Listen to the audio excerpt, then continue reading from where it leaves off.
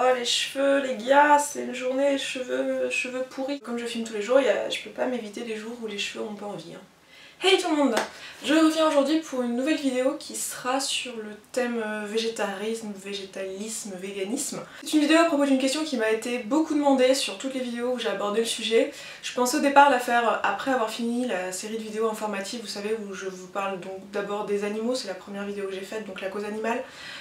Ensuite j'en ai prévu une sur l'environnement et une sur la santé pour expliquer un peu les différentes raisons pour devenir vegan, végétarien ou végétalien. Finalement j'ai décidé de la faire maintenant, déjà parce que ça me permettait d'avoir une vidéo à vous proposer qui sont un peu plus légères, un peu moins lourdes sur le sujet. Et aussi parce que c'est une question qui m'est posée sans cesse, donc j'espère qu'elle vous sera utile un peu plus rapidement du coup. Donc c'est une vidéo, vous l'avez compris avec le titre, qui a pour but de vous donner des conseils sur comment gérer votre végétarisme, végétalisme.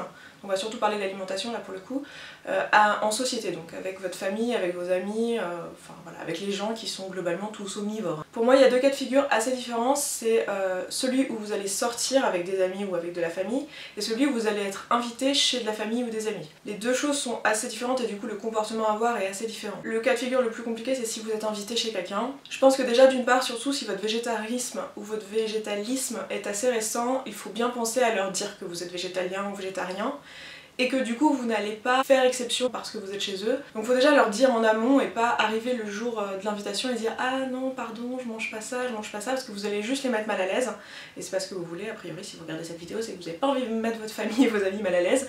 Donc ce que je conseillerais c'est déjà de leur dire, sans dire forcément les raisons pour pas que vous donniez l'impression de juger leur mode de vie à eux, juste dire les faits sans rentrer dans les détails. Si après une fois l'invitation arrivée vous posez des questions, vous pourrez répondre mais n'arrivez pas avec vos grands chevaux en leur expliquant toute l'histoire de votre vie et toute votre éthique parce qu'en général ils s'en fichent. Si vous savez que ça peut poser problème, ce que vous pouvez faire c'est suggérer des repas, proposer, dire voilà si tu veux que je te donne des idées parce que du coup c'est un peu compliqué, n'hésite pas à me demander, ou proposer d'apporter son propre plat, ce qui peut mettre plus mal à l'aise. Donc parfois il vaut mieux proposer des idées, ou alors vous pouvez aussi leur proposer, alors ça s'applique pas à tout le monde mais ça va dépendre, c'est vous qui connaissez vos amis, votre famille, si vous pouvez le faire ou pas, mais ça peut être une bonne idée de proposer de venir un peu plus tôt et d'aider à la cuisine et de cuisiner ensemble. Quelque chose que je fais moi très souvent c'est de proposer d'apporter un dessert, parce que quand on est végétalien, donc là ça s'applique pas aux végétariens, mais quand on est végétalien c'est souvent la partie du repas qui pose le plus de problèmes aux personnes qui nous invitent.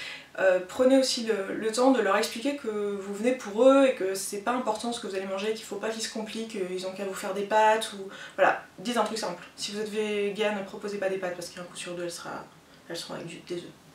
J'ai juste ça comme ça. Donc ça c'est pour les invitations. Ensuite le plus facile ça reste le restaurant. Honnêtement, au jour d'aujourd'hui, je crois pas qu'il y ait beaucoup de restaurants dans lesquels il n'y a pas au moins une option végétarienne. Donc si vous êtes végétarien, vous n'aurez absolument pas de problème. Après si vous êtes végétalien, c'est vrai qu'il n'y aura pas toujours une option végétalienne au menu, quel que soit le restaurant où vous allez. Par contre, vous pourrez toujours végétalianiser un plat qui est proposé et qui est déjà végétarien à la base. Faut juste s'éviter quelques trucs qui sont quand même un peu complexes, donc parmi les restaurants où vraiment moi je vais pas parce que pour le coup là ça devient vraiment compliqué, c'est tout ce qui est brasserie par exemple, c'est pas l'idéal. Alors là on peut encore demander mais c'est franchement pas l'idéal. Ensuite le deuxième type de restaurant qui est pas l'idéal non plus, c'est les trucs genre crêperie par exemple, parce que même si vous demandez dans une crêperie il y a peu de chances qu'il y ait quelque chose sans beurre. Qu'est-ce qu'il peut y avoir d'autre qui peut poser problème? Je crois que c'est à peu près tout, hein. Je crois que dans tous les autres restaurants vous allez pouvoir trouver quelque chose. Après, il y a des choses qui sont plus faciles que d'autres. Par exemple, pensez à la pizzeria, c'est assez facile en pizzeria de demander une pizza sans fromage. En plus, généralement, les serveurs ils sont assez habitués parce que ça arrive très souvent qu'il y ait des personnes qui sont intolérantes au lactose et qui fassent ce genre de demande, donc vous n'allez pas étonner la personne, vous n'aurez pas à lui expliquer que vous êtes végétalien ou quoi. Les autres restaurants auxquels je vous conseille de penser aussi, c'est tout ce qui est japonais. Vous allez pouvoir très facilement trouver des makis qui vont être à l'avocat, au concombre, au radis, ce genre de choses, donc ce sera assez facile. Il y a du riz blanc, il y a de la soupe miso. Faites attention à la soupe miso, pensez à demander s'il y a du poisson dedans. Vous pouvez penser aussi à tout ce qui est libanais, c'est assez facile de trouver quelque chose de végétalien dans un restaurant libanais. Vous pouvez penser aussi au couscous par exemple, il y a très souvent une option végétarienne qui en fait est végétalienne. Posez juste la question s'il y a du beurre, mais normalement il n'y a pas de beurre dans un couscous. Et bien sûr vous pouvez penser à tous les restaurants dans votre ville qui vont être plutôt, comme j'aime bien dire, veggie friendly, donc des restaurants qui se veulent un peu comment dire ça, un peu bio, un peu bobo, un peu végétarien. Là vous allez très facilement trouver des trucs végétaliens et au moins la personne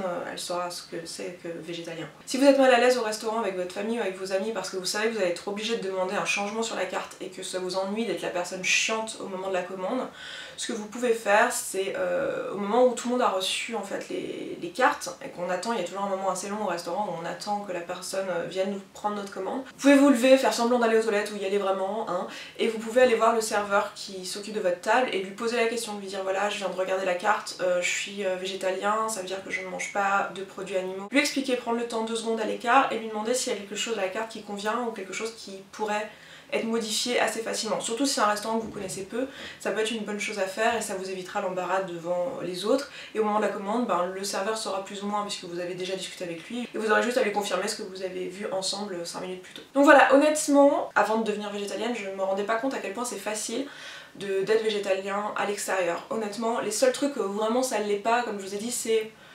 la crêperie. Pour le coup, là, même en essayant, ils trouveront pas quelque chose sans beurre. Et éventuellement tout ce qui se veut très viandard, genre brasserie, et encore franchement en demandant il y a possibilité. Et aussi le truc où c'est pas possible, c'est vrai, c'est la boulangerie. Donc si vous devez manger à l'extérieur le midi, il va falloir que vous prépariez des choses ou que vous anticipiez ou que vous alliez prendre à emporter quelque part d'autre que dans une boulangerie, parce que dans une boulangerie ça devient un peu plus compliqué d'avoir un produit sans produit laitier. En tant que végétarien par contre c'est très facile, hein. Vous aurez toujours un sandwich crudité ou une salade avec de la mozzarella, ce genre de choses. Donc voilà pour mes conseils, franchement c'est beaucoup plus facile qu'on le pense, n'hésitez pas à vous conseiller aussi en commentaire. Je mettrai quelques noms de restaurants à Paris qui sont végétaliens entièrement ou des restaurants végétariens dans lesquels je sais qu'on peut manger végétalien. Si vous aussi vous avez des bonnes adresses à partager dans votre ville, n'hésitez pas à les mettre en commentaire et n'oubliez pas de préciser de quelle ville vous venez, sinon ça va pas être pratique pour les gens qui vont lire. Et voilà, je m'arrête là pour cette vidéo, j'espère qu'elle vous sera utile et je vous dis à demain pour la prochaine et d'ici là, prenez soin de vous. Ciao. Hello! Aujourd'hui, je reviens pour vous parler de... je sais même pas comment je vais appeler cette vidéo, de YouTube, mais pas uniquement. Je vais aussi vous parler des autres sites qui référencent des choses. Ça va être un random talk, en fait, a été énormément posé, qui est pourquoi je suis végane. Je me suis un peu creusé la tête sur la façon dont j'allais faire cette vidéo parce que les raisons qui font que je suis végane aujourd'hui ne sont pas les raisons pour lesquelles je me suis penchée vers le véganisme au départ. Même si en fait tout ça est lié, je vais vous expliquer pourquoi. Les personnes véganes, ce sont des personnes